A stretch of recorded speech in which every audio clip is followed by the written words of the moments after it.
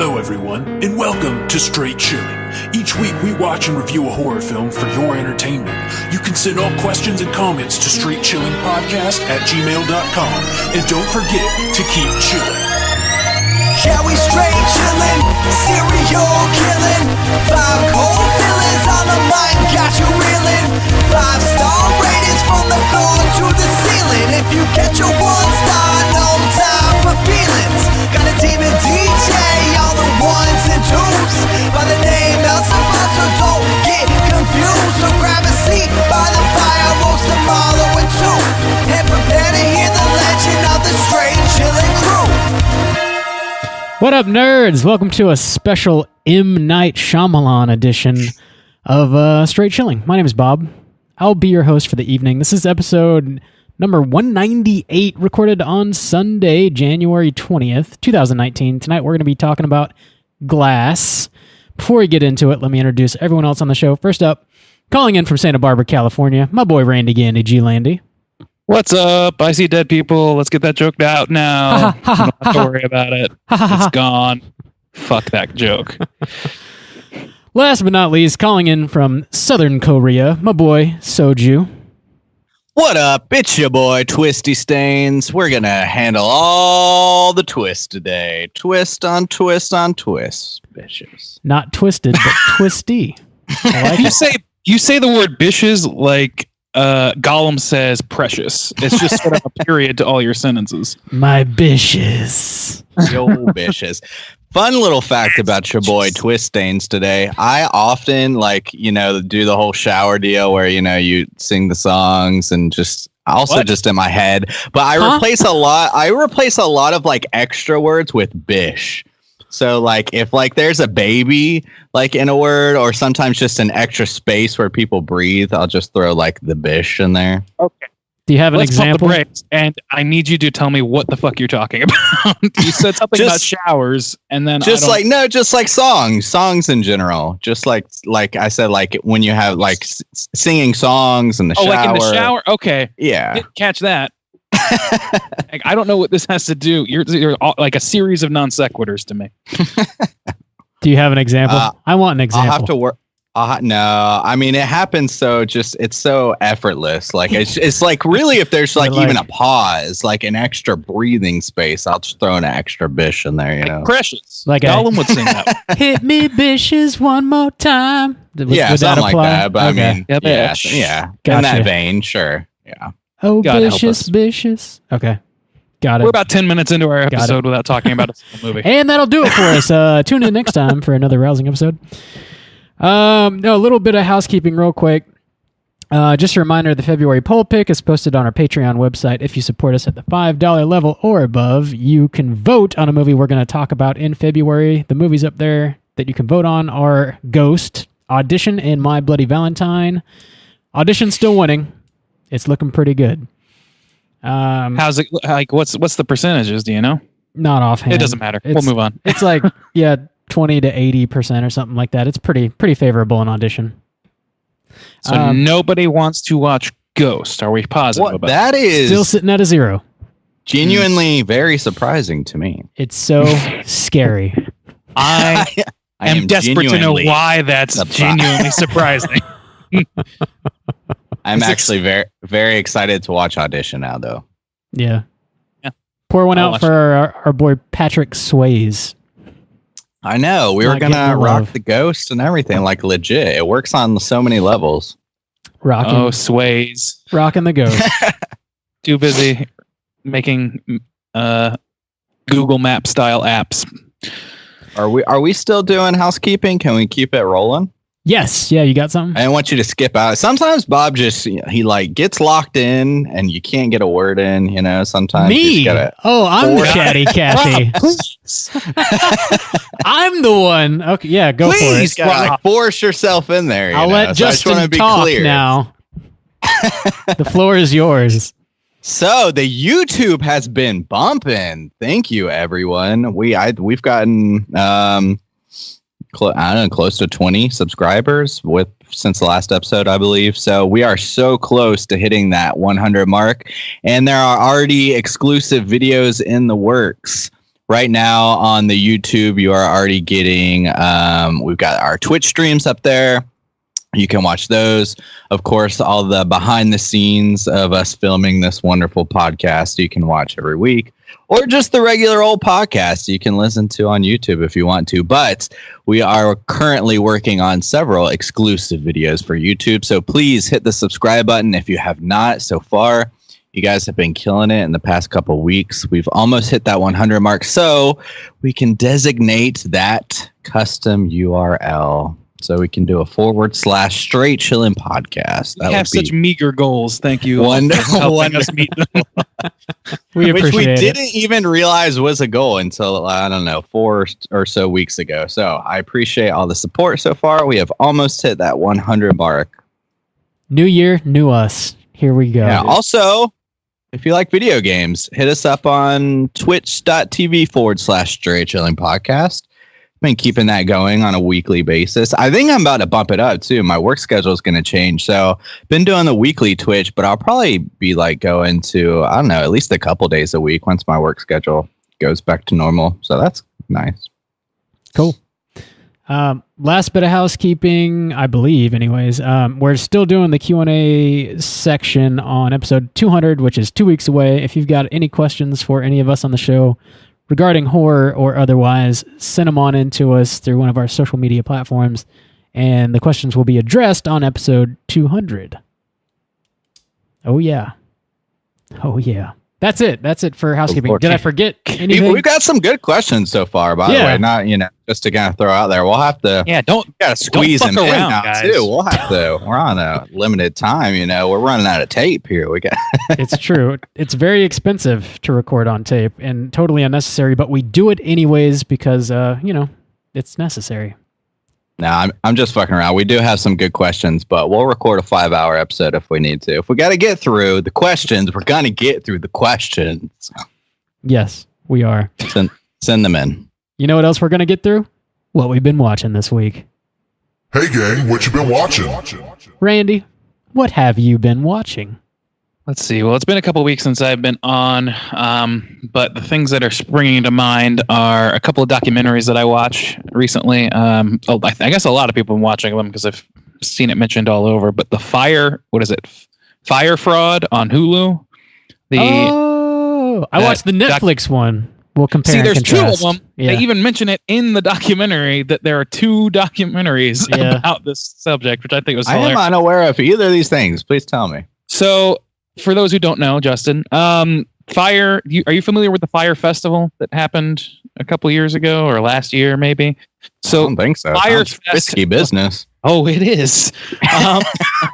Firefest was like this huge internet sensation, basically, that was a result of Ja Rule and some fucking rich frat dude. Okay, yes, I remember. You're familiar now. with this? Okay, so it's a festival that didn't exist, and they sold. Yeah, once you said Ja Rule, and them bitches were out like eating PB&J sandwiches. Not even, man. They were eating sandwiches in their custom cheese. villas, aka FEMA tents.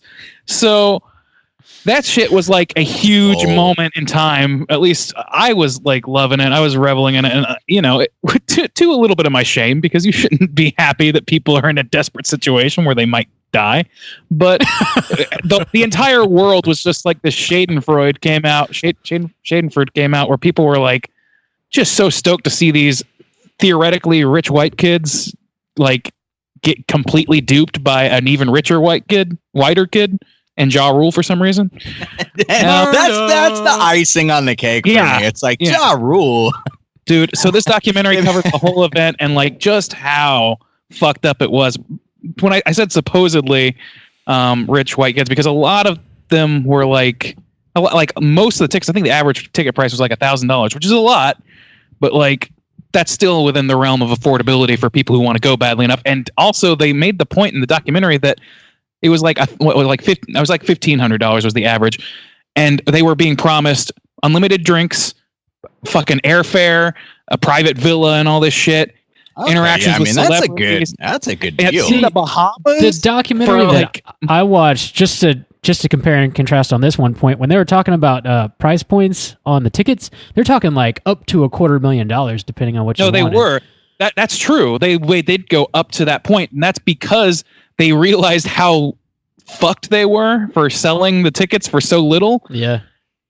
That they started like having specials or like giving like VIP extra VIP, like basically fucking selling the same ticket for insane exorbitant prices by marketing it differently and like saying it's a private reception, all sorts of shit. So yeah, there were I think at least one set of tickets that went for $250,000.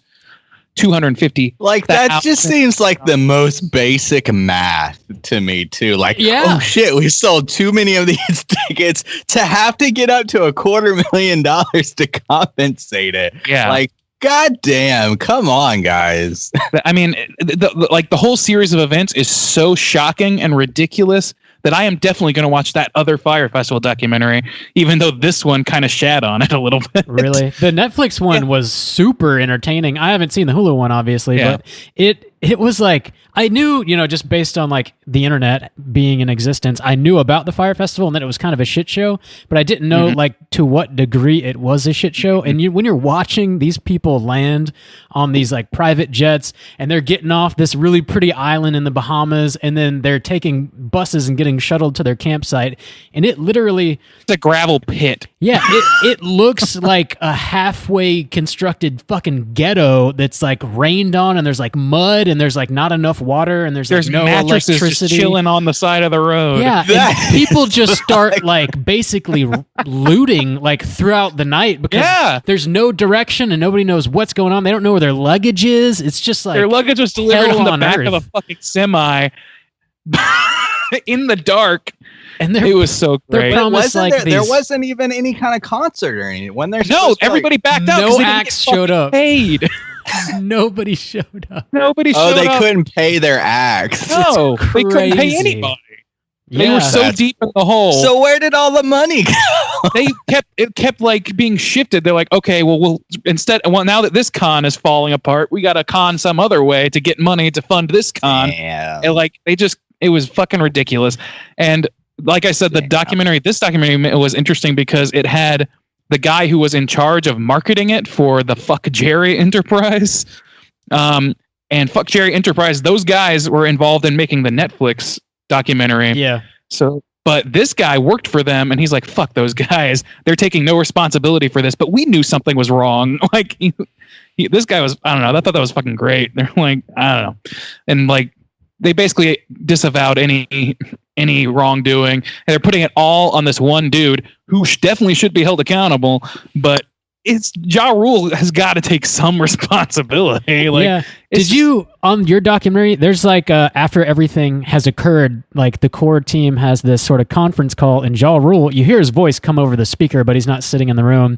And one of the guys in the room, he's like, this is essentially fraud. We like knowingly and willingly, at some point throughout this process, lied to everybody who bought tickets. And Ja Rule's like, nah. This isn't fraud. This is just like, it's like false advertisement. And it's like, no, the definition of fraud is what you just did. That is fraud. You like bold-faced lied to a bunch of people and took their money and knew that you couldn't provide what you said you were going to provide. A festival on an island that they had never been to, that didn't exist. They didn't buy an island until well after like half the tickets were sold. It seems they didn't like even buy an island. They just found a lot next to a resort. It seems like these people are like so wealthy that they're stupid. Like they're too rich that they're just dumb. No, I think this dude Billy McFarland, the guy who is sort of the center of it all, the bro guy I mentioned. Yeah. He's like he's a compulsive liar, and an egomaniac. And the one I'm in, like they spend a long time sitting with him, and he's like defending himself, and then he just can't anymore. He's like, I can't talk about that. Like, it's fucking great. It's so great. It's again the Schadenfreude of like, God, I love to see these fucking smarmy rich dickbags get their comeuppance. Well, I mean, did they though? Well, he did anyway. He went to jail. Okay. Yeah. Okay. Well, then that's good. Then great. Yeah. I was wondering, like, did they just walk away? He went to jail, got out on else, he got out on bail, and while he was on bail, he started another con and then got busted for that. He went back to jail. Jesus. Fucking idiot. It's I recommend it. Fyre Fraud on Hulu, and then I don't know what the other one's called. It's just called Fyre, Fyre. Gotcha. On Netflix. Two of them This happened, I think, like a year ago. This is not. I actually think it was probably closer to 2 years. Like coming up on this summer, once we hit summer 2019, it was probably about 2 years ago. Anyway, I didn't mean to monopolize what you've been watching, but that shit blew my mind. Yeah. Anything else, Randy? Aside from that, there was one other documentary I watched about a guy who compulsively went to not compulsively, but went to the Price is Right like forever for like 30. Damn. And like went on, like his name got called once, and he won a little bit of money, but not enough. But he memorized all the prices, and you know how people like yell out suggestions from the audience. Yeah. He was helping people, and he helped a guy get the exact number on the showcase or whatever. Nice. And they detailed the situation. Drew Carey's like, I thought somebody was fucking with me. I thought somebody was trying to ruin the show because they loved Bob Barker so much or something. He's like, it was fucking hilarious. And the guy is just like this huge dork, and that's it. Like, he's just a dork, and he was like the center of a controversy for like a few days. And it's like, no, he's just a fan. He just memorized all the prices and could tell us to the dollar what it was. Yeah, and of course, there's somebody like that. You know, I mean, Price is Right has been on like how fucking long? Like it's an institution. Yeah. Yeah, I mean, of course, there's one guy who has memorized every. And he's not the only one. He's just the one that goes that often, I guess, to help out. And now he's not, and he's banned from there now, I think. And like, I don't know. That might not be true. I might be misremembering that. But the whole thing, it was just like the guy talking. He was interviewed quite a bit, and it was so funny because it's so clear that he is just a giant fanboy. He's like every Comic-Con fanboy rolled into one, but focused on a fucking game show. It's great. It's so much fun to like watch him like detail all these little minor things that happened to him involving the show, and just be like, oh, it was so great, but he can barely contain how excited he is just that he like gets to talk about his favorite hobby. It's so funny. Nice. It's great. What's it called? It's called, oh shit, what is it called? It's like I'll look it up while you guys start talking. I'll come back around with it. Juice, what you been watching? Well, I'm glad Brandy had a lot because I haven't really been watching a whole lot. I tried to start watching that YouTube show, You. Yeah. Have you watched it? No, I haven't, but I've heard about it. I couldn't get into it. It's got a little bit of this, like, I don't want to give too much away about it because I think it's like easy to spoil if you don't know much about it, I guess, kind of the premise, but it tries to be like kind of dark and menacing, but it's just got this like kind of CW kind of flair, and that I just can't, for some reason, that flavor, I can't do it. Like even in like people like go on even about like the superhero stuff, like Flash, and I just can't. Yeah, there's something about that style that I just can't get into. So it's kind of got that feel to it. So I didn't get too far into it. I don't know if I'll finish it because of that. I don't know. It had some interesting premises, but just that flavor, I don't know, turns me off. But so I was watching a little bit of that. And then I've been watching a lot of YouTube stuff lately. I'm a big music fan, and I found this really cool page that's called Color Studios. And they just do these like little shows with people. It's kind of like, like the Tiny Desk kind of thing where people come in and perform. It's kind of like that. Yeah. But they like people come in and they perform like different kind of versions of their songs. So it's got that kind of like interesting flair to it. But they do it in this room, and it's all just like this one shade of color. So they'll change it. Randy, you know of this, don't you? I think you showed it to me a while ago. What is it called again? Because I've seen things like Color Studios, or like the YouTube page is just called Colors, like in all caps. But when the prompt comes up, it says Color Studios, and essentially like somebody goes in this room and they like change the color every time, and it's like this cube. It essentially looks like they're staying in like this colored cube, performing. And so I've been watching a lot of that because a lot of artists I like have performed on there. Like I said, they do different versions of their songs. It's not just like a typical kind of straight up concert. It's got an interesting kind of flair to it. But Nice. I've been watching a lot of that, and it's just like a really kind of nice aesthetic too. That fucking cube room is like, I don't know, it's very soothing and peaceful. And I've been watching some more Nardwuar, dude. I talked about Nardwuar a while back, but that dude, I love that guy's interviews. They are so great. And I didn't realize, apparently at one point too, he was like doing like actors too, because the ones I watch now are like all musicians and rappers. But I saw one where he was like interviewing like Seth Rogen, and he was like blowing Seth Rogen's mind. Like he was like saying shit about Seth Rogen. He was like, how the fuck do you know this? I love, like, he like blows everybody's mind every time. And it's like really funny. And he's always giving gifts. Like, he seems like the nicest fucking guy. He's super weird, but he's really weird, but he like always knows like super intimate details, like people's like first grade teachers' names and like their childhood friends and shit. Like, seriously, like people are always like, how do you know this? He just like, calls their moms. I bet that's all he does. Probably, yeah. He's just plowing all these moms. Big secret. That's not what I meant. Man, goddamn. He might be dead within the hour. So yeah, that's just a lot of YouTube content, music wise, mostly. Or just for anyone who is interested, the name of that documentary of The Price is Right is called The Perfect Bid. So, Perfect Bid. Nice. I watched a couple things I want to talk about. First, I went to the Cry for the Bad Man premiere yesterday at Sunrise Cinema here in Jacksonville, Florida. If you listened to our episode last week, we had the director Sam Farmer on to talk about his movie Cry for the Bad Man. And the premiere went really well yesterday. It was a sold-out theater. Everybody was like really engaged in the movie. There was a lot of like applause and oohs and ahs and laughing, and everybody just seemed to be like very into it. There was a brief Q&A afterwards, and Camille Keaton, who's the star of the movie, was there. Really, all the actors and actresses were there. Camille was the star of I Spit on Your Grave from the 70s, which I still haven't seen. I guess I need to watch it. But anyway, everybody was there and answering questions afterwards, and then we went across the street to a bar, and there was like an after party, and everybody was just kind of hanging out, and it was like a really good time. Everybody was like really supportive, and it felt like a really nice kind of community event, and the after party was sponsored by like the Jacksonville Film Commission and everything. It was just everybody felt like they kind of came together to support this guy and his movie, and the cast and crew, and they're going to take it on like the whole festival circuit throughout the year. And whenever they actually release more information on that, I'll make sure to mention it. So in case they come to a town near you, you can roll out and check out Cry for the Bad Man. I recommend it. It's good. Good stuff.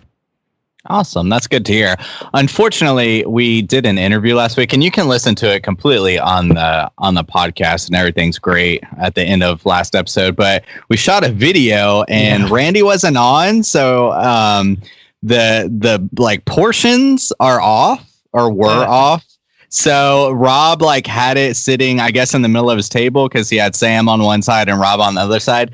So it's just the middle of Rob's table with not Rob in the shot, not Sam in the shot, just Rob's table. So I was like, well, I'm not going to post that because we have the audio. Fuck. So unfortunately, we don't have that video because I fucked up. Really, Randy fucked up, but excuse me. I'm sorry that I'm the keystone for your whole operation. You are, Randy. If you can't keep it together without me, then what are you going to do? Falls apart.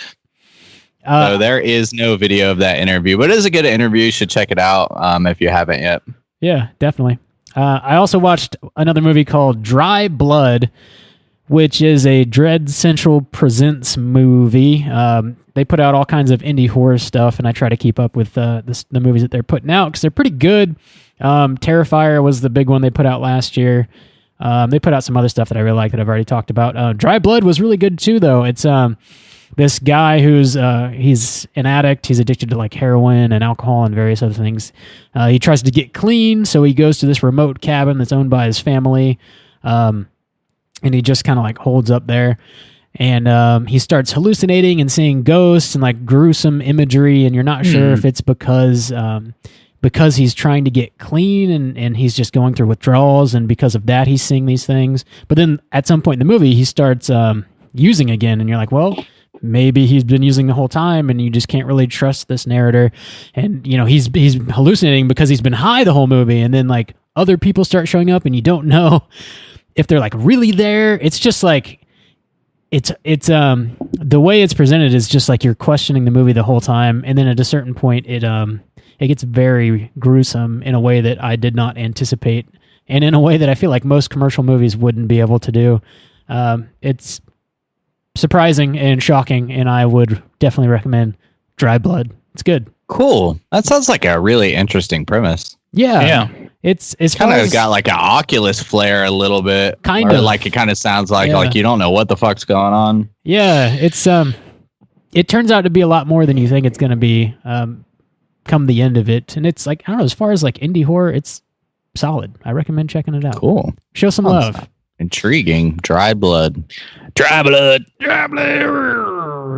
That's it for what I've been watching. Let's go ahead and get into the main event and talk about Glass. What's on the back of the box?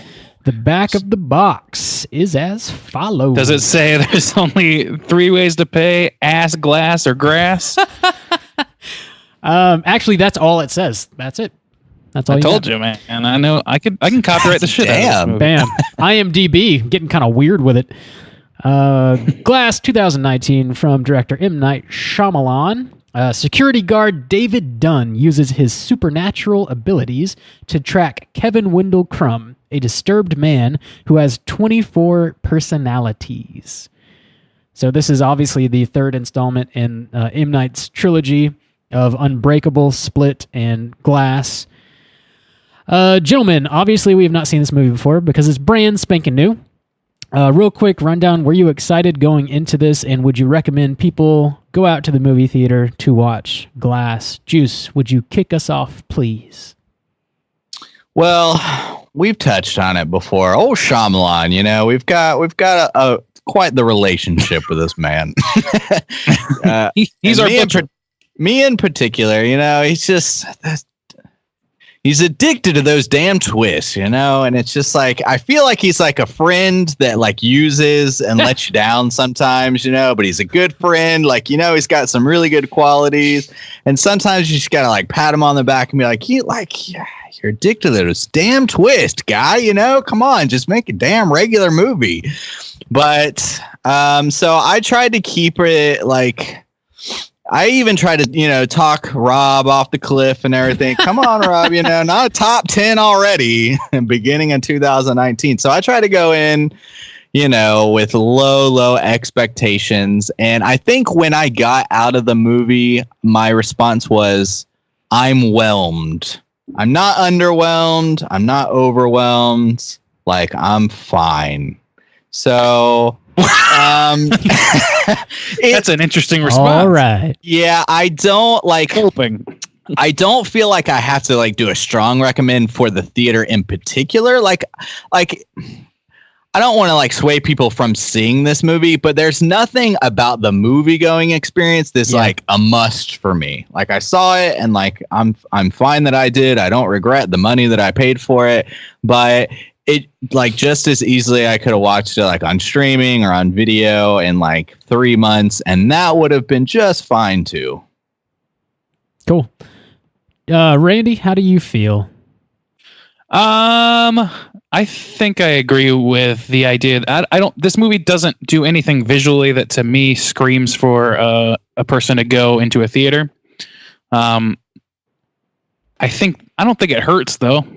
I mean, to me, there's not a whole lot of movies out right now that are of interest to me, and it was an easy choice. Even if I wasn't doing the podcast, I probably would have chosen this movie to go see if I'm going to see it. That's true. That's a good point. Like, there's nothing else out. I think the magnet, the thing that's going to pull people to the seats the kind of people that are going to be drawn and magnetized to this movie are people who are fans of Unbreakable. So if you liked Unbreakable, or you have an interest in even, I would say if you have an interest in comic book movies, check it out. But otherwise, like it's not, doesn't really scream for you to go out and see it. And it's totally fine to wait and it's not got the kind of twist that I think you could easily be spoiled on. It's not Snape killed Dumbledore sort of situation. So, Whoa. I know, man. That damn Dumbledore. Yeah, I think it's a soft recommend for the theater, but a recommend for the movie in general. Dumbledore. Cool. Damn Dumbledore. Okay, sorry. That's like a 6-year-old meme.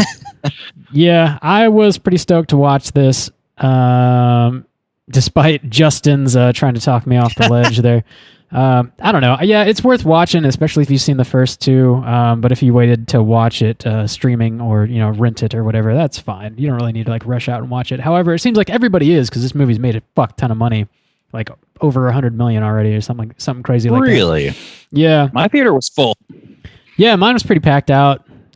Mine was not. I don't think this is going to be a big hit in Korea. Yeah, I guess I could see that. I don't think so. So I guess that's 3 soft recommends from the Straight Chillin' crew there. Real soft. So soft. This recommend. Oh God. Anyway, it's the Gouda of recommends. It's the goat cheese. Yeah, let's drop the spoiler warning and get into Glass. Spoiler warning. Let's do it, boys and gals. So real quick, going off talking Rob off the ledge, Yeah. just to start off, I hope it's possible, I guess, but I really hope that this movie doesn't make Rob's top 10 of 2019. As of right It's now, possible. unless you gentlemen change my mind, fuck this movie. Oh, wow. Really? Yeah, I didn't really like it. wow. Yeah, not a fan. Okay. Wow. Well, then it shouldn't be making that top two. Man, this movie, I'm not going to say fuck it, but I couldn't bring myself to give a damn. I concur strongly. As I was sitting there, I was like, and it was I had that feeling of like a friend kind of or something, and I'm just like, man, Shyamalan, you have let me down in the past, and I'm not going to kick you for this one. And it's kind of a shame that it makes a lot of money because it doesn't deserve that. But I was like, man, this movie, it's not bad. It's just kind of a wet fart, Yes. Like, Damn.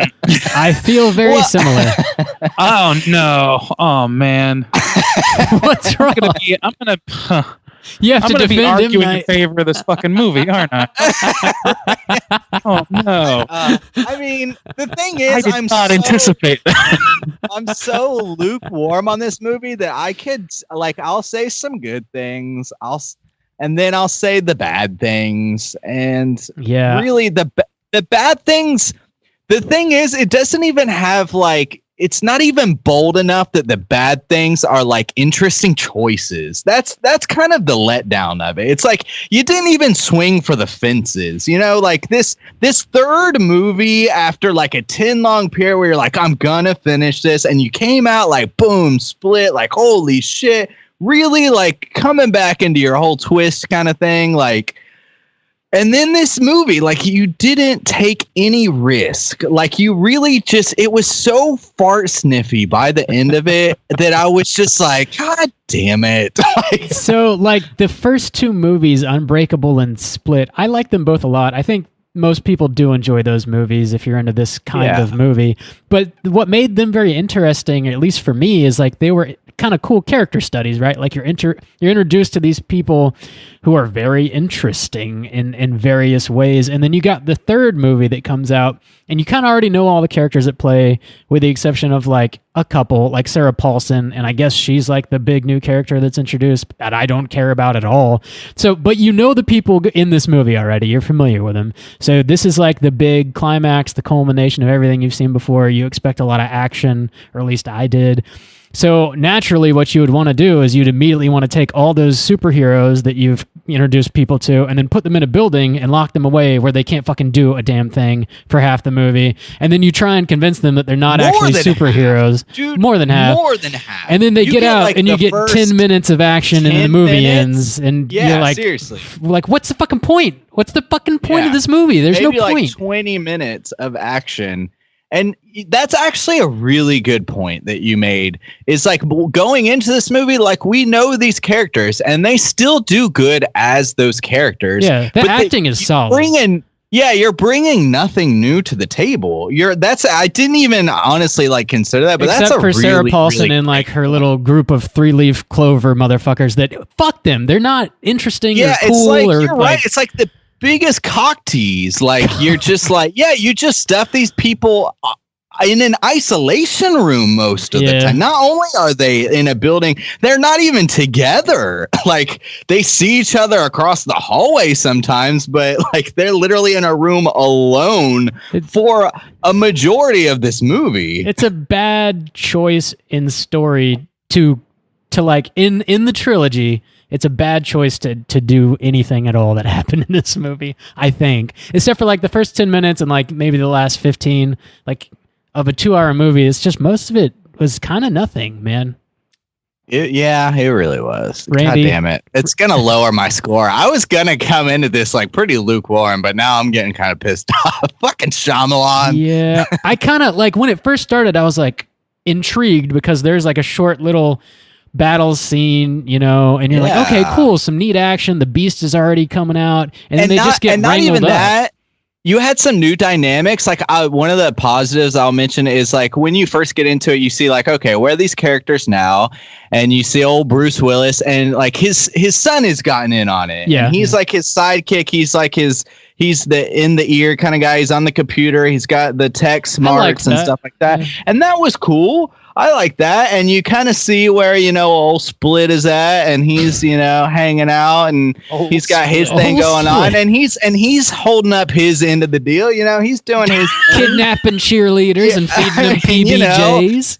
And so you're like, okay. And then they have a little encounter and you're like, okay, yeah, I'm getting into this. And then they just rip it away. They just fucking rip all of that away. Fucking And then they're in therapy, and she's like, maybe you're not superheroes, guys, even though we spent 2 movies explaining that you absolutely are. And then come the end of it, she's like, psych, yeah, you are. Everybody knew it the whole time. You definitely are. That's the thing. It's like, why even do that? If you're going to base your movie off of that premise, like, oh, they're not really superheroes, you got to convince me, the viewer, who you just spent 2 movies convincing otherwise. Never at any point in this movie did I believe like they're not really superheroes or they don't really have those things. So I really just have to like drudge through these therapy sessions where they're trying to convince me, even though they're not, that they're not superheroes. I'm like, I know that that's not the thing. I know could have been ballsy if he had actually just done that. Like, come the end, they're all crazy, and none of them are super strong. And that's what it kind of, I mean, like swing for the fences kind of thing. Like there was like once it was like, oh no, you really are superheroes. I was like, I know, like I know.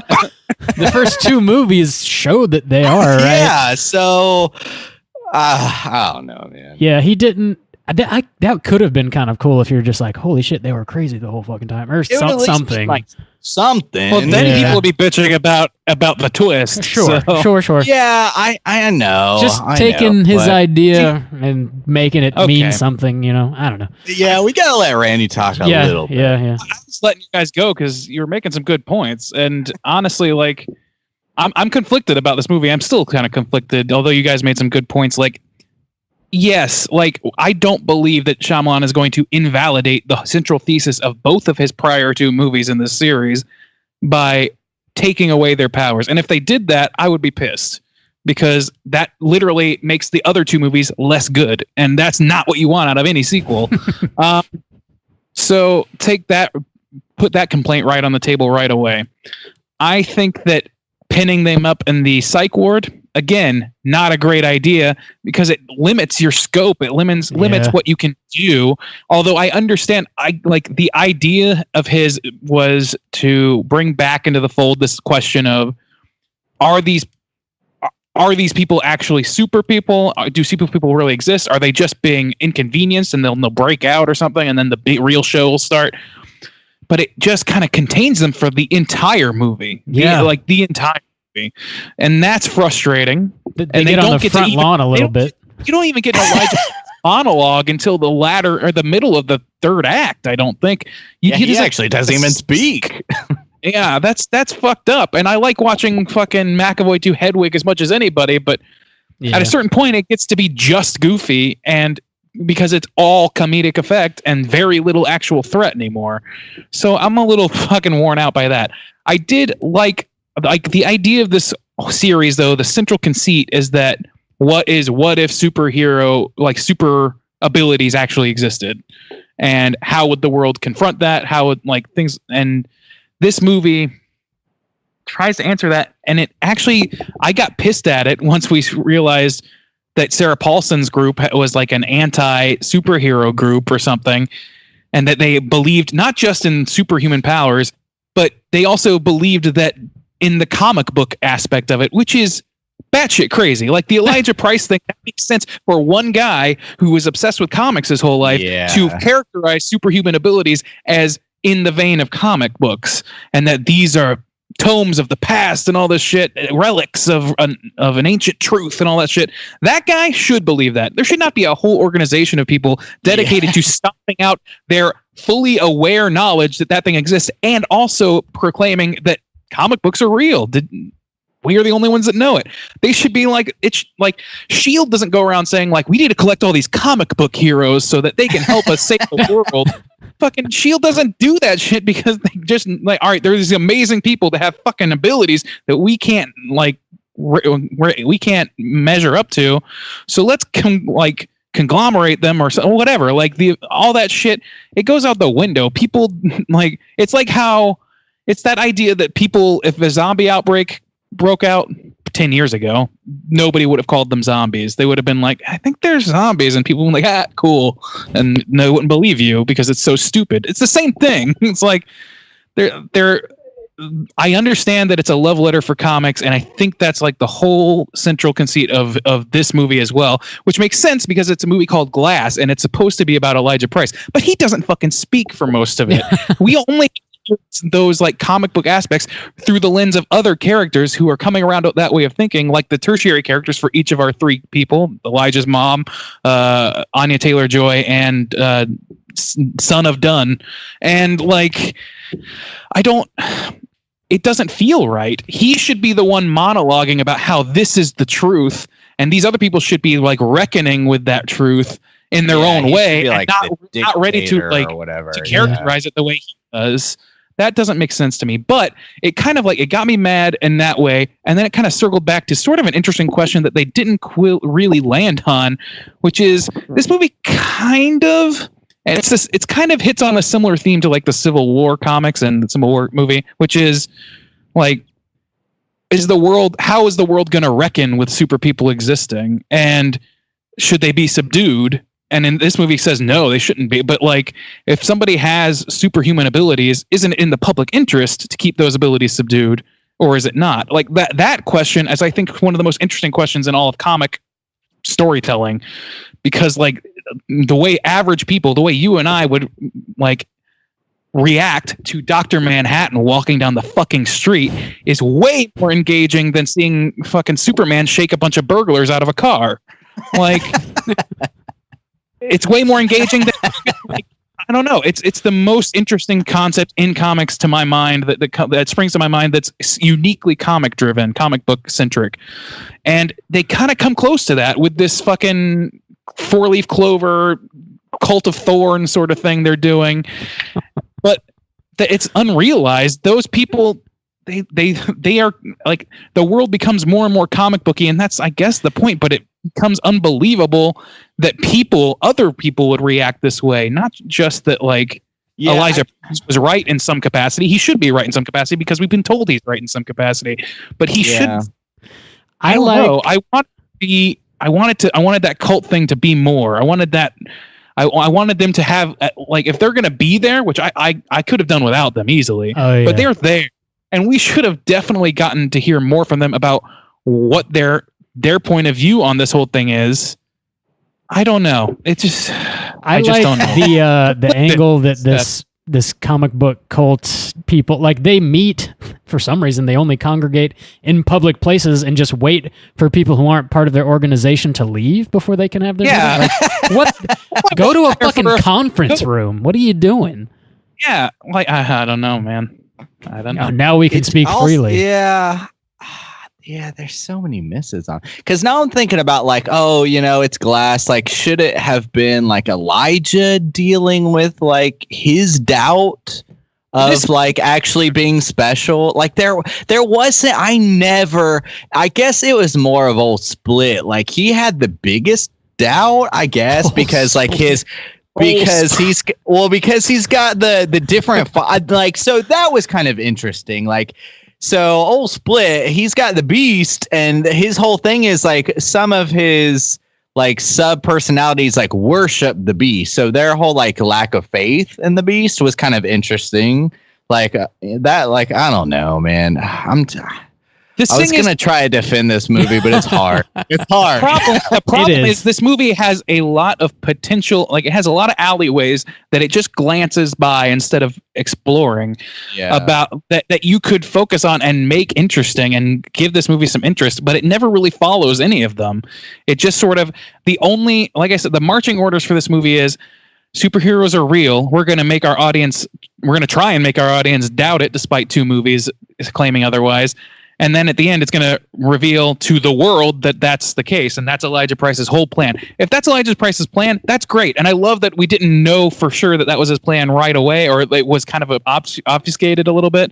Yeah. Maybe not even all that much. But I like that concept. But to pin them into a fucking mental institution to make those questions arise, I don't know. Those questions are not necessary. The question should be, to me, like, if they really want to focus on anything, it should be, is it right for us to be vigilantes? Is it Dunn's right to be a vigilante, or or is he just another version of old Split, following his own nose and imposing his will on a populace that can't stop him? Like, and here's the thing. Here's the 2 movies like prior, which are great, both Split and Unbreakable. So, you have this first movie where, this super villain is revealed, and he's like, there's a polar opposite, and, you're strong, but you got this weakness. I'm like really weak, but I'm like super smart. And like, okay, like you get these characters, and that's like standalone film, and the twist like kind of works, but it's not like too big of a twist where it's like, I don't know. And then you get Split, and that's its own thing too, which kind of confirms the previous movies. You get this new character, and it stands alone, like on its own too, and you don't even realize it's connected to the end of the movie. But then that even kind of reaffirms, like, yep, superhero, like, yep, this world exists. Like, look, we just saw this guy bend bars. He's crawling all over the walls. He's doing this shit. Like, okay, yep. And then, so the only new thing that you add in this third movie, like the only claim to it, like none of those characters change. Like those characters are the same characters that they were in the previous 2 movies, with maybe a little bit of doubt and like Split. Yeah. He grew the ability to, or Kevin, the Kevin persona, the original persona, by the end of the movie is able to maintain control. Yeah. That's the growth he experiences. You're right, though. The other 2 people don't. They don't have any growth. They don't change. And so the only new element is this new group. But he relies on that to be the twist. So we don't even get to. So it could have been interesting if that was like the 4th character, or like this is like their kind of movie. But they don't show up until the last maybe 10 minutes, and you get 0 information on them. They're not interesting I wouldn't even know what to call them. Like the 3-leaf clover motherfuckers. Cloverfield? Like, I mean, like, what the Thorn. Like, I don't even know. What if this and movie they're tied into Cloverfield? Ooh, that would be And a good No. No, it wouldn't. No, and no. then and the thing that is so shitty about it is like they show it like, oh, this guy's got a clover on his wrist, okay, and you're like, okay, so is this guy like a super, like he's like some like Deadshot or something, he's like always bullseye, he's always shooting people or whatever, and then Sarah Paulson, like she's got the clover, and it becomes nothing. It's like I couldn't even describe it to you. It's like There's like kind of a reveal in this movie that was very well advertised in Split, and we talked about it on our Split episode. Actually, it's like, oh, Kevin Wendell Crumb's father was on the train that crashed, and he died in the train accident, and that's why his mother was abusive to him as a kid, and basically Mr. Glass created both these characters, both of these superheroes in like one train accident, and it's like, I honestly forgot about that. I was like, yeah, everybody kind of knows that already, so like, cool, like that didn't have any impact at all. I already forgot. And then And like there's- his whole model, like I create superheroes, like none of it did anything for me. I was like, Yeah. I don't care anymore. I've Yeah. been sitting here for like 2 hours, Shyamalan. I don't care anymore. I kind You of haven't delivered the goods. another thread that they kind of laid out in this movie whenever Sarah Paulson's talking to Anya Taylor-Joy in her like little office. She's like, talking about like how people are obsessed with comic books, comic book culture, and she's like, ever been to Comic-Con?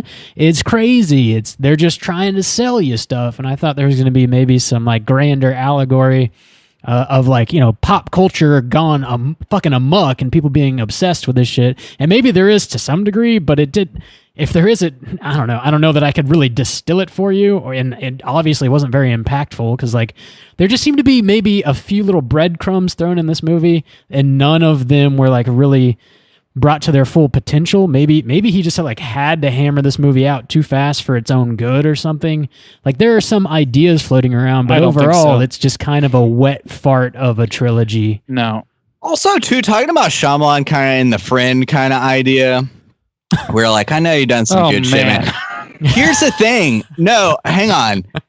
He's like the friend who's like, oh man, your birthday's coming up. Oh, we're gonna go. We're gonna have the best fucking time. I've booked this room for you. We're gonna have the VIP. Oh, we're gonna have chicks out there. We're gonna have bottles flying. And then he like throws you a damn like a fucking Little Caesars pizza party. Because here's the thing. He even like builds himself up. He's like, okay, I've made you sit through this fucking movie where these people have been sitting in rooms by themselves. And he even tells you, like, we're going to go to this tallest building and I'm going to explode it and I'm going to make you fight old Split, Unbreakable. You're going to fight him and it's going to be in the public eye and people are going to react. And you're like, wow, that's an interesting premise. Yeah, Thank that God is a tease. Thank God I've sat through this fucking movie to get to that last 20 minutes. Nope. We're going to go to the front goddamn lawn. And you're going to See, drown in that's a the thing. puddle. That is a good point because it motherfucker. teases a huge blowout, which is what you want. This is if the central thesis is aren't comic books awesome, then why would you not? And you're going full blush in most other categories, but you didn't go full blush with a major action sequence involving the public. The way you reveal that, the only reason that ending would be a revelation for people, which by the way I'm speaking of, when it turns out that they filmed it and Mr. Glass's whole thing was that he filmed it and released it to the world, and then the world gets to see that super people exist despite the best efforts of the Cult of Thorn. Like that only lands if you're more invested in people finding out that superhero. If you have the same obsession as fucking Elijah Price, it requires you to identify with his goals so much that you're happy to see that happen at the end, and instead of a big blowout which would accomplish the same thing and give you an opportunity for some other like way of thinking about the situation. I think, Rob, you made a great point, which is the first two movies are character studies more than anything. It's really focused on one person and them dealing with their world. And I know this movie kind of brings them all together, but it's called Glass, and it's supposed to be about Elijah. Yeah. If you put him in a fake coma for most of the movie, like nobody's surprised when he like comes around. Nobody's surprised when he has the edge. Yeah. Like, give him the edge in the world. I had these like ideas for this movie myself when I was pretty blown away that they worked up this Split into a sequel to Unbreakable, and I was like, what could the next one be? And you've got Kevin Wendell Crumb, who is obsessed with the idea of being broken like resulting in strength, and how like if you're not broken, you are scum, you aren't worthy of life, you aren't, only the people who have suffered should have the right to exist. And you've got fucking David Dunn, who's literally unbreakable. He's not able to physically be broken down. His whole thing is imposing will on these girls who have had good lives and trying to break them down and killing them for their crime of being privileged. What is he going to think when he sees this guy with a loving wife and his son, and who's going around physically unable to be stopped by even the person who is broken? What is that going to do to that guy? And how is Elijah going to harness that against David Dunn? And what is his goal going to be? You can still have the same goal. Elijah can still have the same goal of outing, like proving he was right to the world and proving that he has a place in the world. But that doesn't, like, you don't have to pin them in a cage for the whole time. You can give them things to do. You can play them like fucking chess against each other. Well, I don't know. And you can give Elijah the freedom to speak for most of the movie instead of not.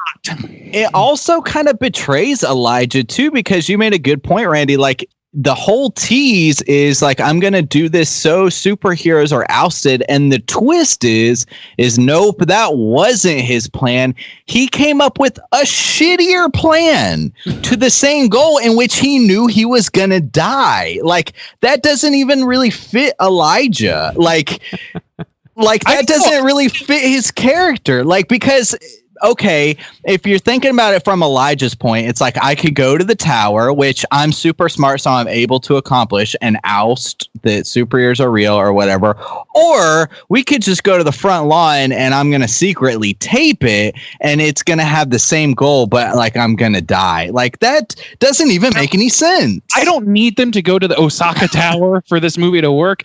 But like, I don't either. I do think that him dying in service of his belief, I think that is something that is in character for Elijah for me. Like he has to know that at some point Kevin Crumb's going to figure out that his father was killed on the same train. That information's coming out, and he knows he's going to be turned on. That's why in that moment when David's kid is telling him this, Elijah's like, "You're not supposed to tell him now." Yeah, don't tell him yet. Which I liked that. I liked that happened, because that is comic booky, that the supervillains team up, but it's a tenuous relationship. The supervillains, rather. They team up, but it's a tenuous relationship because both of them are so arrogant and so self-involved that they will cut and run in an instant. But Elijah, if his goal is to let people see them, there's better ways to do it that are more interesting than this fucking mental hospital. I got to think that maybe budgetary constraints had something to do with it. But maybe. Also, absolutely, it pissed me off, because the fucking trailer for this movie actually diminished all of my hype for this movie, because it's like so centered on the fucking a hospital. And like, I don't know, the whole thing bummed me out in terms of the setting, because I'm expecting some sort of blowout. I don't need like a one group therapy session in this hospital would have been an interesting moment for this movie. I was hoping that's what was going to happen, and there's going to be a lot more that they were playing close to the chest, and then the whole fucking movie's in the goddamn hospital. It's like, yeah. And as far as budget goes, like, I think I read on IMDb the budget for Split was $10 million. This budget was doubled to 20.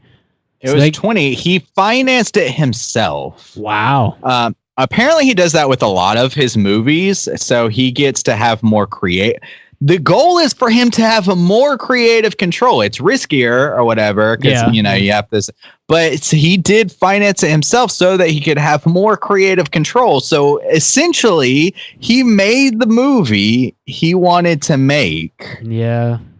which is unfortunate because Not a I good don't movie. understand, like, just on a pure base level, I don't understand how at the end of this movie we're supposed to identify and be happy that the plans of a mass murderer went without a hitch, and that all of our characters that we care about went along with it and are totally fine with it are now. dead. Like, Yeah, they're all just or dead. or Like, dead. Oh And yeah, also, but by the way, we're supposed to be summing up this movie. Everyone dies. everyone dies. Like, all three of the super people All the die in this people you movie. care about It's die. like the Yeah. biggest. Like that's fine, but they also do this thing where every one of them has at least one send off, like dying breath scene, and it happens like sequentially. So it's fucking like it's a drag to watch that after 2 hours of the fucking hospital. It's like, oh, they're all literally dying now, and you have to sit there and watch them like come to whatever realization they're supposed to come to. Not like, even by all their own sequentially. hands either. Yeah, like, not even together. They don't even by get to talk some as they're dying. mystery question mark. Yeah. They okay. Yeah. fucking All right. Sarah Dragged my Paulson. opinion of this movie down quite a bit. That But, like, fucking here's the character thing. is terrible. It's a Positives for this movie is that it does touch on some of these ideas that I think are interesting. Yeah. It does circle a few of these ideas without exploiting them, without exploring them enough, in my opinion. But like the idea of like whether or not super people should have the license to act, whether or not fucking Batman is an authoritarian, these are the questions that I'm interested in. And if you're trying to make a Watchmen style what if superheroes were real situation, make it about more than like, the truth is revealed and all is well and we're happy because that mass murderer we were talking to earlier, his plan went off really well, and not the Cult of Thorn, who we decided we didn't like. Is Like, that what why? they're called? No, that's from Halloween 6. Okay. which is also thrown in the last movie. Right. It doesn't make any fucking sense. And it's dumb. Oh yeah. Okay. That's I was like, wait a second. Cult of Corn. It's like, The Cult of Corn. no, okay. Yeah, I gotcha. Yeah. It's just where they worship him. Yeah. instead this whole movie like worships the idea of comic books, but it doesn't actually explore any of the interesting things that are in comics, nor does it revel in any of the actual like insane action that Avengers at least does that. It doesn't explore too much like the intricacies of how real people react to superheroes, which is something like it doesn't really bother itself with that too much except in Civil War. Yeah. But it gives you big ass action sequences like to hang your hat on at least. Like, at least there's that. If you don't like those movies, it's fine, but you can at least enjoy some action. So I would suffice it to say, like 90% of the choices story-wise that M. Night Shyamalan made in this movie were like poor choices, and then in the end, you only get maybe 20 minutes of action in a 2-hour movie that's supposed to be the big grand climax of this trilogy. Yeah. So it's just like, And I don't even need want to it give to them be that out action though. scenes. I don't even want to give them that out because people say like, oh, if it can't be a big spectacle, it can't be worth anything. It's No, like, that's not true. And exactly, because like even like looking at Split wasn't a big spectacle, and Right. that movie is great, and even like Unbreakable wasn't a big But it's spectacle. good. So I don't want to like hang it all on like, oh, you didn't like it because they didn't go to the tower and like blow it all out. Yeah. That's not the case. You're right. He made poor That choices. could have saved a lot of poor Nobody- choices. Nobody developed. Nothing interesting new was added to me. The main character who's supposed to be a thing can't speak. His plan is like not great. And also once he starts talking, like it was just Shyamalan like jerking off to like his theory of comic books. And like some of it was just so dumb. Like this isn't like he's like, this isn't a grand finale. It's like an origin story. So it's just some of it was just too like fourth wall winky, like, oh guys, look what I'm talking about. It's like, Shyamalan, fuck you, man. God damn it. like maybe I would have cared about what you had to say if you had like delivered on your promises of balling with hot ass bitches in the club. But this fucking Little Caesar shit is not chill, Oh, man. I that's don't a even reference- care what you have to say. That's a reference to your friend throwing you a ridiculous party. fringe M. Night Got it. Shyamalan. I was like, Absolutely. what the Heck fuck of a movie play, did you M. Night. expect, Justin?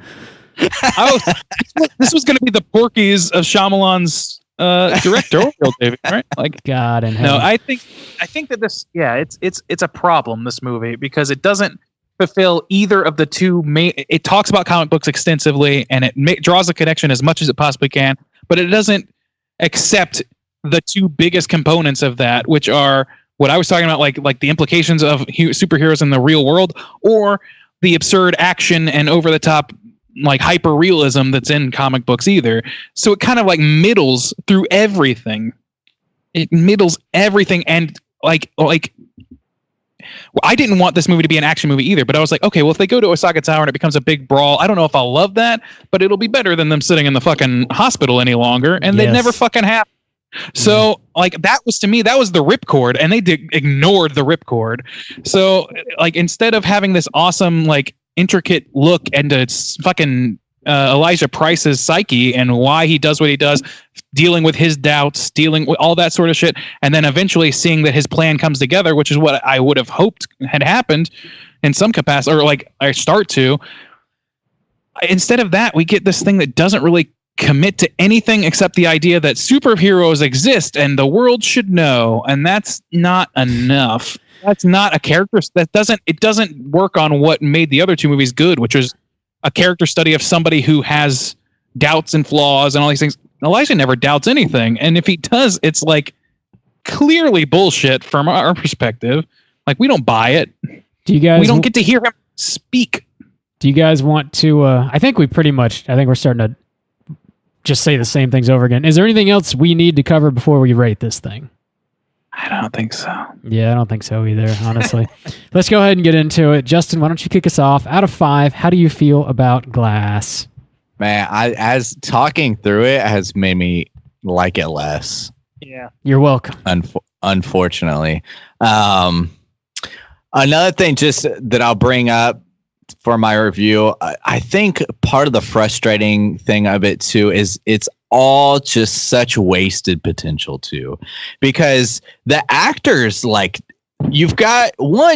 good job. You develop these characters that are interesting. Yeah. You've got these 3 unique, very interesting characters and some interesting side characters too. So all in all, you've got like 5 pretty deep in, like, I don't care about Mr. Glass's mom, to be honest, but like Anya Taylor-Joy and fucking Unbreakable's son, like, they're all interesting. And everybody, I'm maybe not like Unbreakable's son, but everybody is a baller ass actor or actress. Like, you've got interesting, unique characters supported by a baller cast, and you just wet farted out. And that's so frustrating. Like, it just all feels like wasted potential, especially when, like, yeah, we dug on Unbreakable, and then you surprised us with Split. Like, we could have cared less about an Unbreakable trilogy like 10 years later, and then boom, you hit us with it, and we were like, oh shit, okay.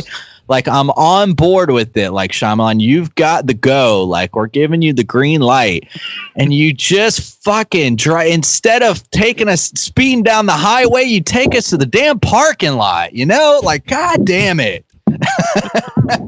Take us through the Mickey D's drive-through, you motherfuck. I want a Happy Meal.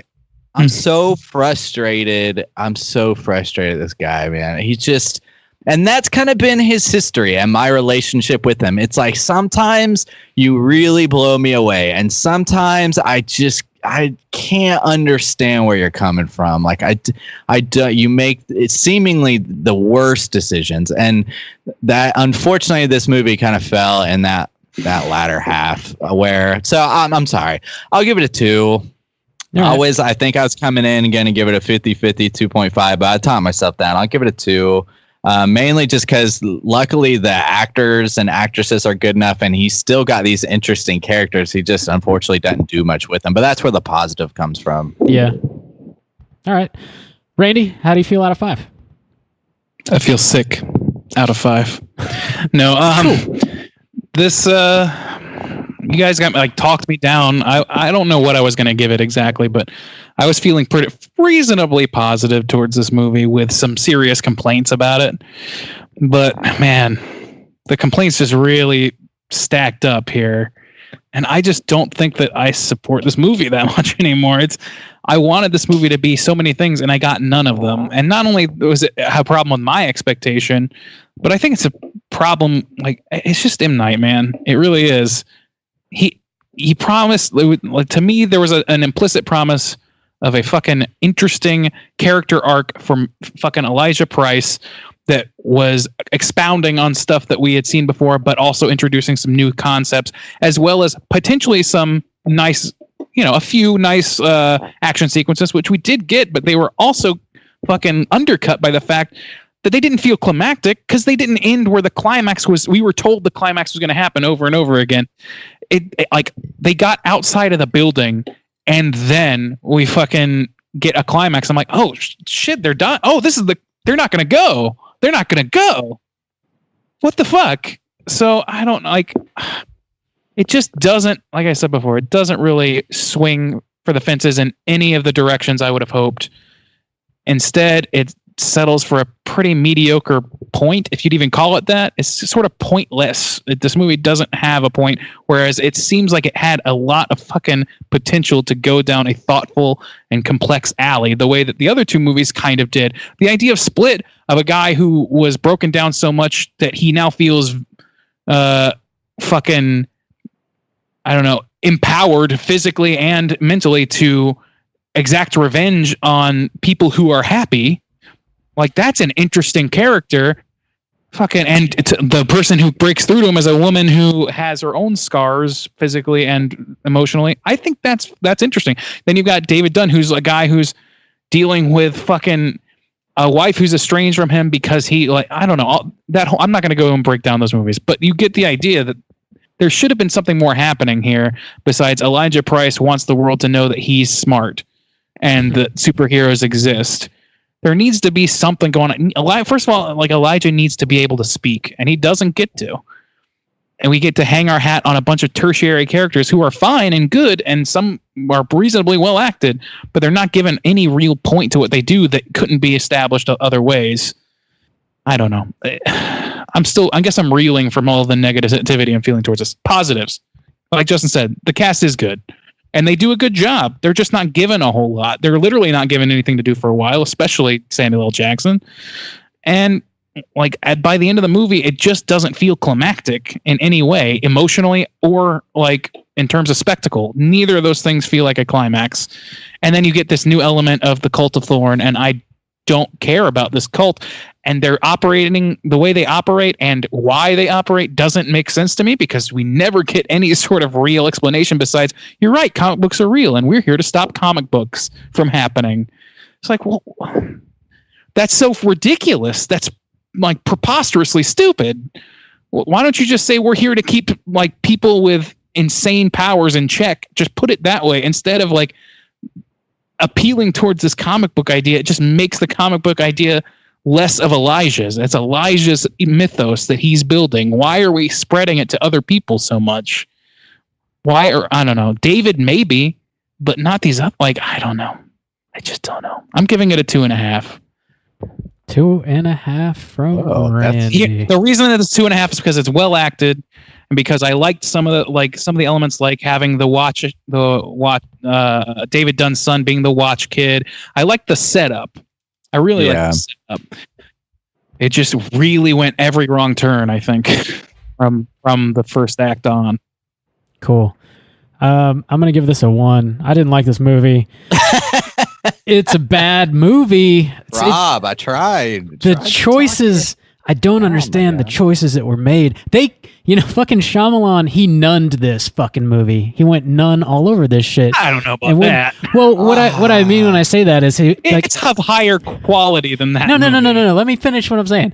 It's like everything that made The Nun scary and The Conjuring 2, everything that made that character work, they totally flushed down the fucking toilet in the movie The Nun. He took everything that worked in his first 2 movies. He was like, you know what? Fuck all that. I'm gonna lock all these interesting bitches up in a little like hospital, and then like the dude who's smart can't say anything, and the dudes that are strong can't fucking do anything. Like, just fuck all that interesting stuff. Only talk to Sarah Paulson, a new character who isn't interesting in any way. She is only a wet blanket. Yeah.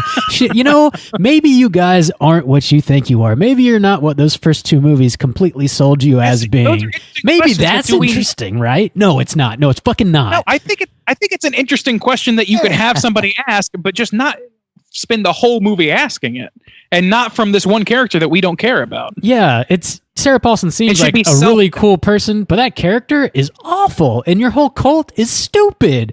Get that shit out of this movie. I want it to go. Rob, go. Get this weird therapist lady out of this movie. Get her cult out of this movie. Get this stupid psychiatric hospital out of this fucking movie.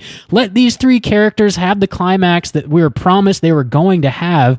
Let them like come to blows. Let the two bad dudes team up and create some sort of crazy scheme, and then let them at the end of the movie actually like fight it out because, hey, you killed my dad and that made my mommy beat the shit out of me or whatever. Like, let all that kind of actually matter. In the way it was presented in this movie is nothing matters. Not a single thing that happens in this movie fucking matters, like really at all. At a certain point, I thought David Dunn's son, because like as Elijah whatever his fucking Elijah is like dying. He says, origin thing. Yeah, he's like, this has been an origin story. This whole thing is an origin story. He's like, oh, fucking his son, David Dunn's son. Yeah. He's gonna like Hulk out and kill all these dudes with guns, and he's gonna be bulletproof or some shit. No, he's just a kid and he cries and it's sad. And you're like, I don't know, man. Maybe that's kind of the point, but then it's not. So maybe like the actual point of this movie is like, superheroes aren't real, comic books aren't real. You're all being sold this lie. You're all obsessed with like pop culture and you're being brainwashed. But then at the end, it's like, no, that's not what he's saying, because the video gets out and everybody's supposed to feel empowered because they see these other people who are super strong and they're supposed to believe in themselves and like see what they can do. And so it's like you're kind of starting to make a point, but then you flush that down the toilet too. Nothing matters. Not a single thing in this fucking movie matters at all. It's bad. It's a bad movie. The acting's great, and it looks pretty. Bloody freaking man. I think I give it a 1. Aggregate 1.8. That's the end of my rant. I needed that rant. I needed it. I've gone off on. Can we talk about? I've gone off on Shyamalan myself, and we've railed on this movie enough. I needed the rant from Rob. There's some I don't know if we want to spend time on it or not, but I just have to say there are some serious flaws of logic of how these things would play out. Why the fuck isn't David Dunn's son arrested in correlation to being in the ear of his father, who was found at the site of a kidnapping? Why is he free to roam about? Why is nobody questioning him? He's cool. He's chill. He's chill.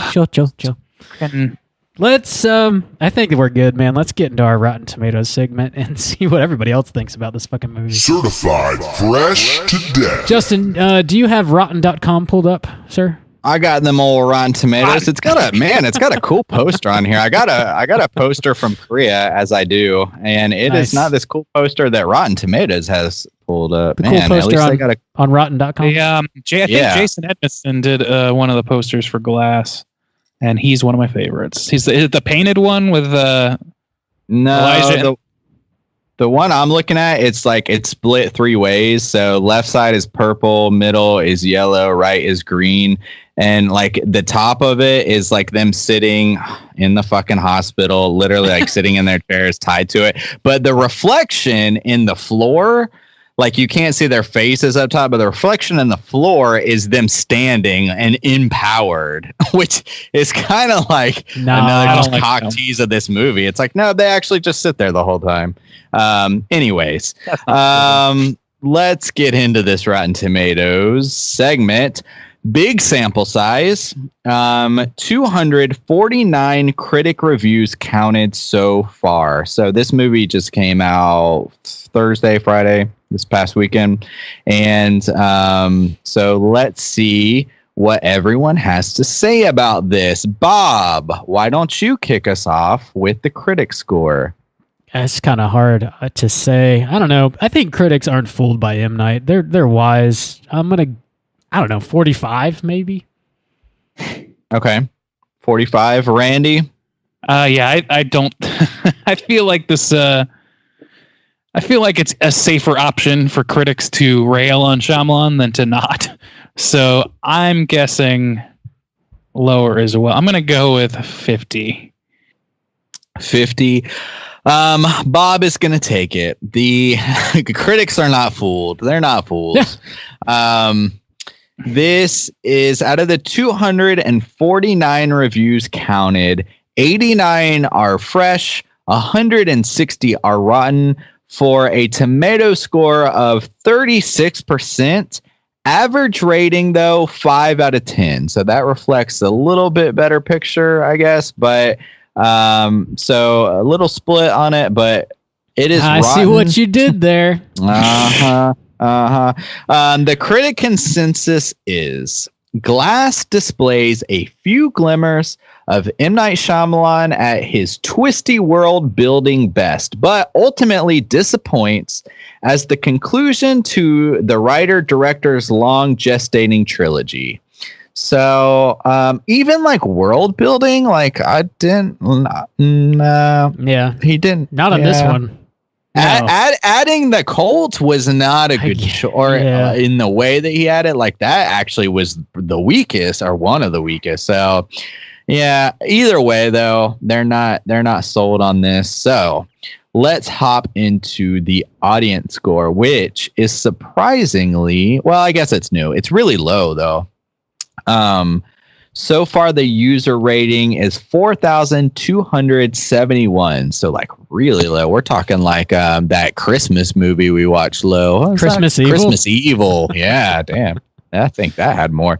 Anyways, it's a new movie, though, and we're getting kind of the jump on it. So, let's start with Randy this time. Randy, what do you think the audience feels like with this movie? I don't know. I don't fucking know. 60. No, you know what? Fuck that. 50. I'm going 50 again. 50 split. All right, Randy. I see what you did. I think people. Fuck. I don't know. 30. I'll go 30. You think low? All right. Randy's going to take it with his kind of positive thinking, with his neutral thinking. It is a surprising, a questionable 78%. Oh, people. Average rating 4 out of 5 from the audience. Wow. It is small though, so this is the thing is in the Slack channel, and we're going to jump into it now that we've actually reviewed it. Some people are starting to kind of give their thoughts a little bit. You know, we're trying to kind of wait for the cast to kind of drop spoilers, and people, you know, still new people are trying to see it. But some people seem pretty pleased, and now I'm curious to see like what was it that you guys really dug about it, and I'm curious to hear that perspective as well. So, of course, we have our Slack channel. If you want to jump on that, hit us up. But we are going to be discussing some positives. I've already seen some. I think somebody said 3.5 out of 5 already. They were giving it, so that's pretty good, yeah. Which would be, I mean, 78% from the audience score. That's closer than our like 1.8 or whatever we got. So I don't know. So we're Straight Chilling Crews definitely side more with like the critic kind of look on this, which was 36% rotten. Us elitist assholes are here to ruin your fun. But so I don't know, but definitely some people are digging on this, and we want to know why. We want to know. I wanted to like this movie. Me too. That's why I'm taking it so hard. Yeah. Even coming into this cast, I was like willing to be like, you know, like down the middle with it. Like, well, this is good, but this was bad. This was good, and this was bad. And once it started flowing, I was like, wow, actually. So, yeah, exactly. That was my experience. Exactly. I was like, okay, I'm going to defend this movie. And then you guys kept talking. I was like, shit, like that's a lot of really sound complaints for this movie. I don't know, like I still enjoyed myself. Like I walked out of that movie and I was like silent. I walked out with Becky, and then we got in the car and she's like, are you? And like, that was a dumb movie. And I was like, I don't know, was it? That was like, a dumb movie. Thanks. Just coming out swinging. Well, she doesn't care about comic books to begin with. She's like, it felt hokey. And she also hadn't seen Unbreakable, so she didn't realize that was also sort of like, that is a thing within the world. This so that's movie in no way can stand on its own. The way like Unbreakable completely stands on its own, the way Split completely stands on its own. This movie in no way, shape, or form can come anywhere close to standing on its own. It can't even stand in the trilogy. This movie, they could some thoughts on how to save this movie, how you could have saved this movie based on from the trailer on. A complete rewrite. Well, yeah, basically. So you have Elijah Price locked up. You have him locked up, and then these two other dudes get placed in lockup with him for whatever reason. It doesn't matter why. Bruce Willis gets popped for vigilantism, and McAvoy gets popped for stealing girls and killing them. So you have them all three at the beginning of this movie. It's mostly just him and his day-to-day, and him like talking to his therapist or whatever, Sarah Paulson, and finding out what his conflict, what he wants, what his conflict is now that he's sort of gotten partially what he wants, which is the discovery of superhumans, and all these things are happening. And he discovers, oh shit, there's this guy Split. And he shows up in his hospital, and so does fucking Bruce Willis. And he's like, oh, okay.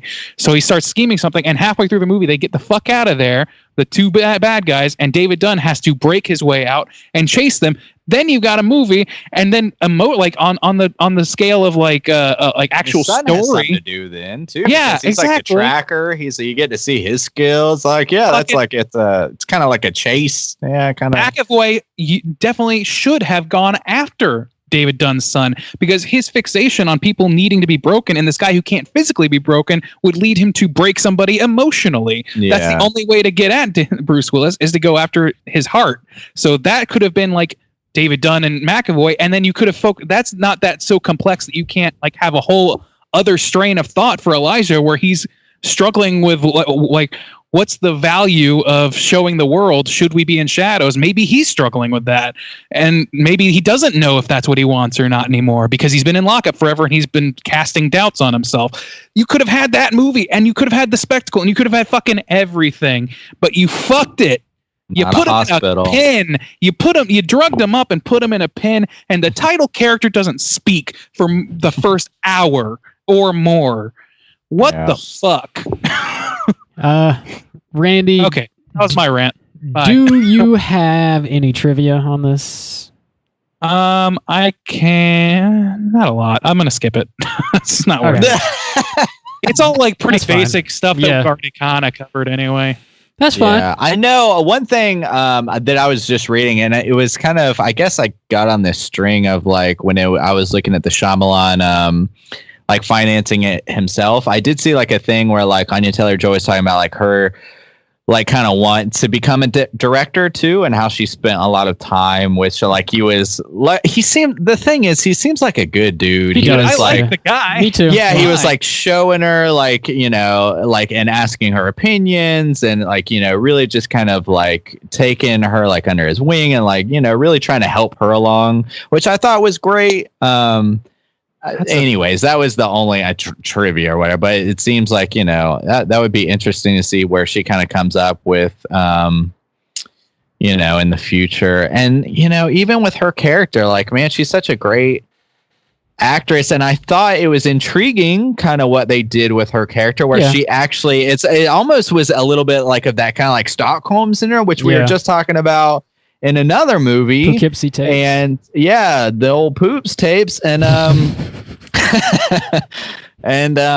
so that was kind of interesting, because she does kind of fall for Kevin, or at least befriends him and sympathizes with him and defends him, but they kind of just farted that out too. So that's kind of a bummer, but I don't know. That was my only bit of trivia, is she wants to be a director, and she kind of had a little help during the filming of this movie.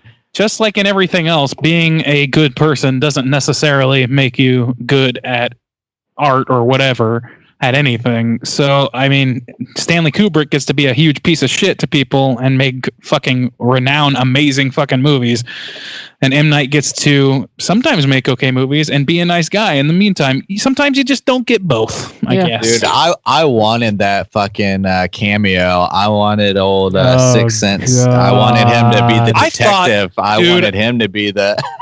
I really thought that might happen. The ghost detective. Because I heard only a bare snippet on the radio. I heard a review of this movie, and they're like, somebody referred to it as the Shyamalaniverse, which is a common joke or whatever. But I was like, wait, is he serious? Is are they gonna work in fucking Mark Wahlberg into this thing? What's going on here? Oh my god. That'd be terrible.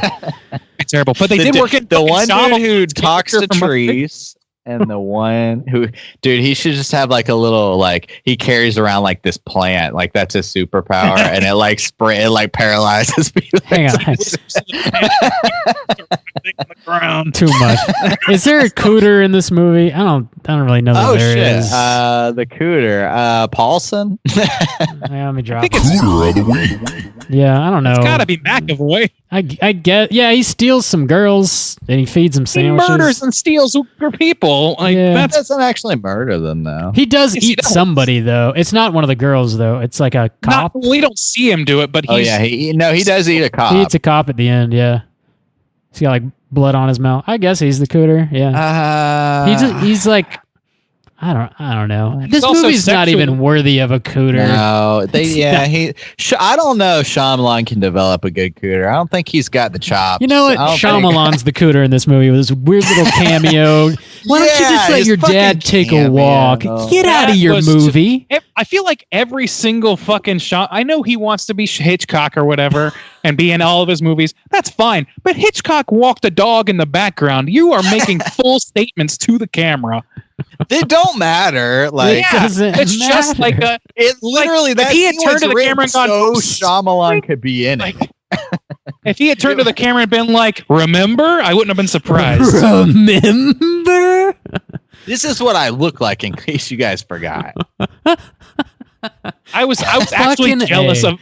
I was actually jealous of Becky in that moment because I know she doesn't know what M. Night looks like, so she had no idea what's happening. Blissful Probably like, what the ignorance. fuck is this Yeah. dumbass scene? Like I That was a made hard no boy sense. once, but I had good clean living now because I had turned it my Gosh. other cheek. And it's like we're supposed to be like, oh yeah, but you didn't tell us about that guy who beat your ass or whatever happened. I can't remember. But it's like I don't know. No, M. Night, please Stay out Just of your walk- movies.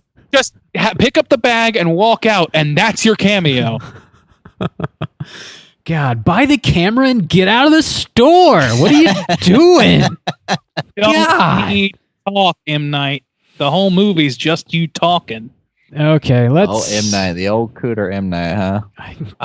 Cooter I wish. Nah, he's not. Like I said, I don't think I've ever seen a cooter in a Shyamalan flick.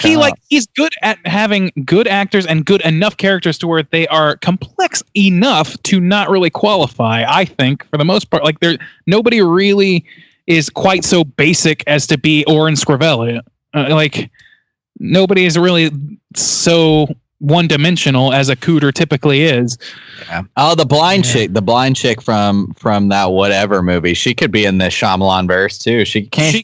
like see auras or something? She's blind, but she can do something. I don't know She's what the you're talking about. Oracle.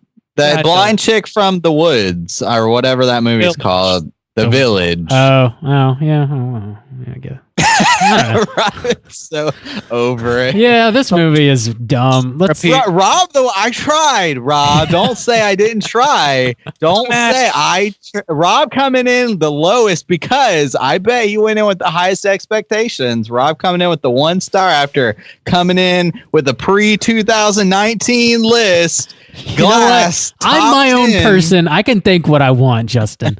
Let's talk about some horror news here. Extra. Read all about it.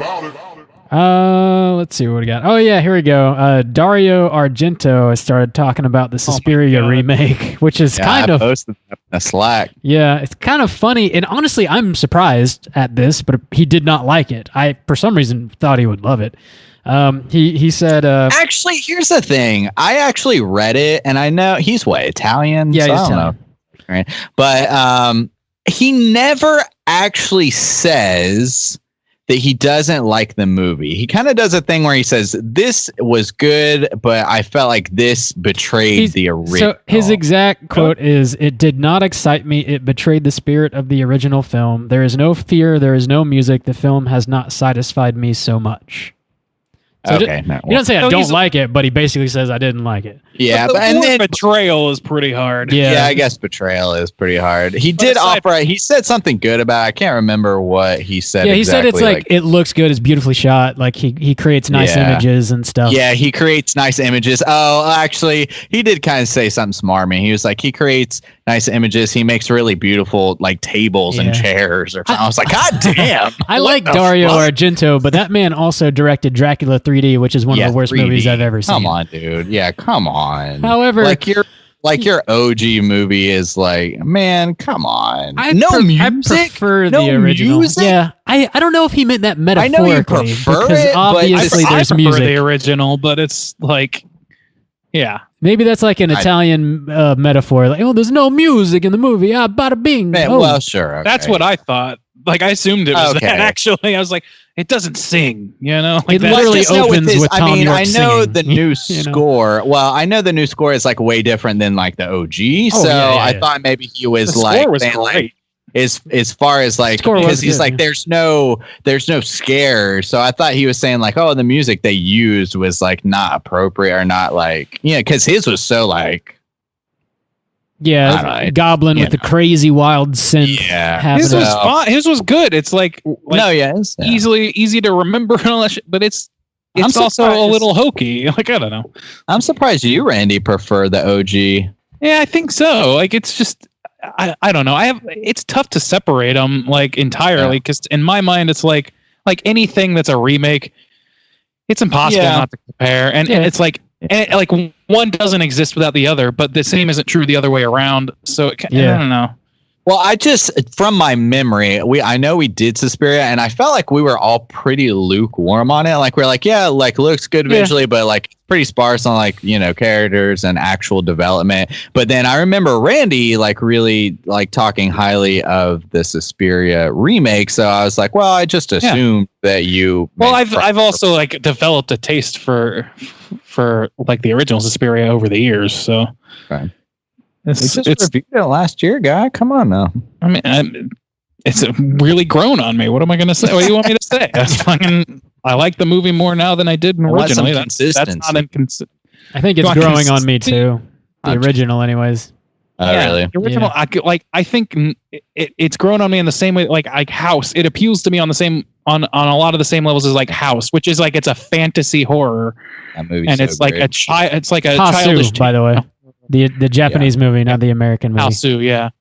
Like it's like a childish take on horror, and I think that like that's the intention. It's like a dream, a nightmare, and a nightmare doesn't, necessarily have to be, fucking hostile to be scary. Yeah.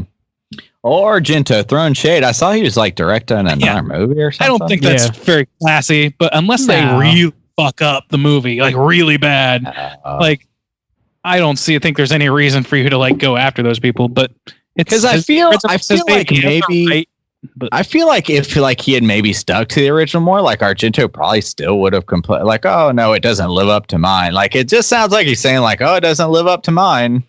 Like just compliment the guy. Come on. Yeah, maybe Maybe he's just don't. like a grumpy old man. Who knows? Probably. He's getting pretty old.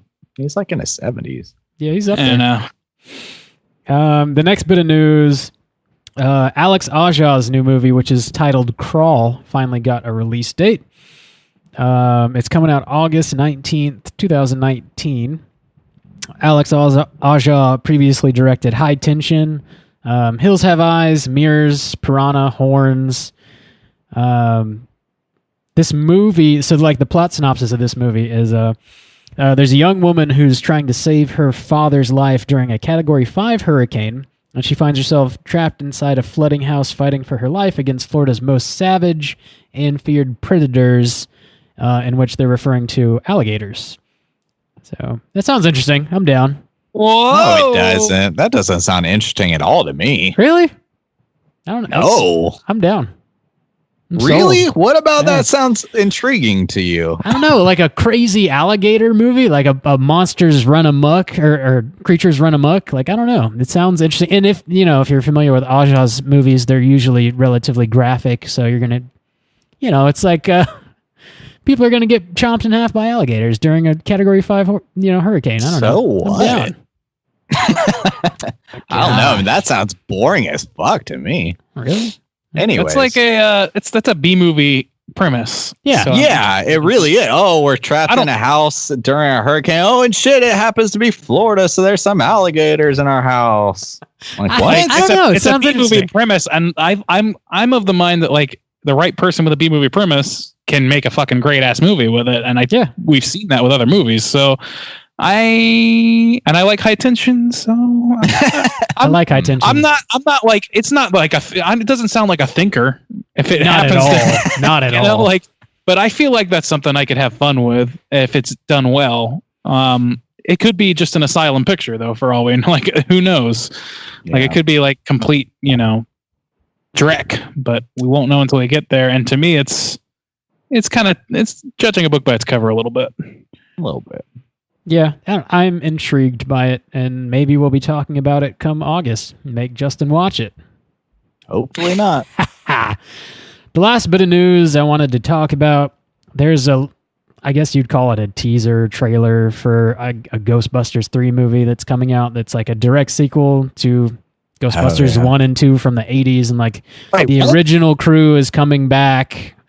What? There's a new Ghostbuster teaser, Randy, except I didn't read much about the original crew coming back, but I think even though they're like it's a direct sequel, like they said it was going to focus on like a bunch of teenagers. Yeah, they're going to introduce 4 like teens, I guess. Probably like the guys. So pretty much they're saying like, something. oh hey, remember when we tried to reboot it and it was a bunch of women and that was a bust? Now we're going to try it with kids, and it's like, fuck yeah. Yeah, this sounds dumb as hell to me. It does. Don't make this. And they're really just trying to fool you into being like, no, it's the original cast. No, it's the original world. It's like, who gives a damn if it's the original world? If it's an all new cast, it's like, you're not fooling me, corporate greed. Even if it was just the old guys coming back with no young kids being introduced, I don't give a fuck. Don't make this movie. I don't give two shits either. Yeah. And the thing is like, yeah, okay, the original Ghostbusters, they're cool. I like to watch them, but I don't give that much of a damn about them. No, I don't. There's plenty of ghost movies. There's plenty, but I mean, but you see what I'm saying? Like, I don't need old ass Bill Murray running around.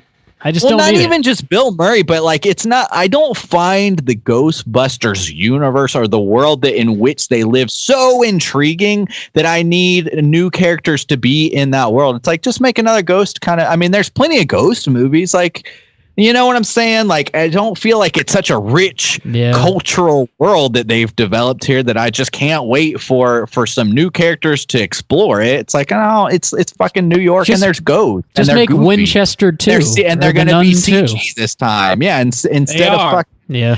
I don't know. It's just it's not like you've developed some fucking Narnia world or some Lord of the Rings. It's like, it's fucking New York and there's CGI ghosts. That's the world you've made. That's It's just there's nothing to be excited about there. Like, I don't.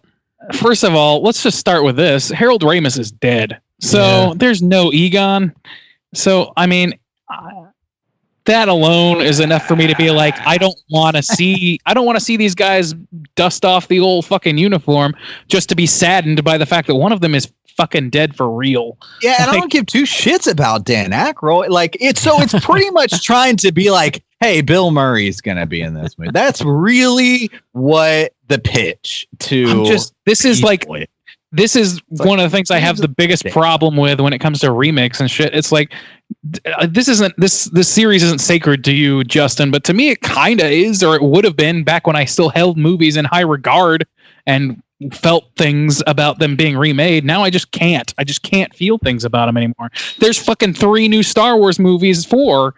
Fucking why I can't feel strongly about these things except to hate them because they exist just to like water down the thing that I liked in the first place.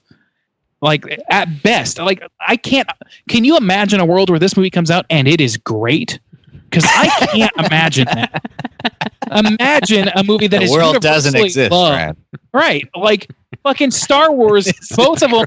They had one that was a direct fucking rip of A New Hope, and people complained about that shit forever. And then they made one that went a completely different direction. People complained their assholes off about that one. This is a movie that is destined to fail. So what you're saying is you can't wait to see it. Giving it a shot. No, I don't like I understand like the reboot with different actors or whatever. Like, fine, I guess, but like to pull in the old cast and everything is just like, leave it alone, man. You make money another way. I agree. Welcome to Complain Cast. Oh God, really? I feel like a piece of shit. because this whole episode is us bitching like assholes about movies that are made for our benefit. Do better. Everyone sucks but us. Yep. That's what we have to say on this day.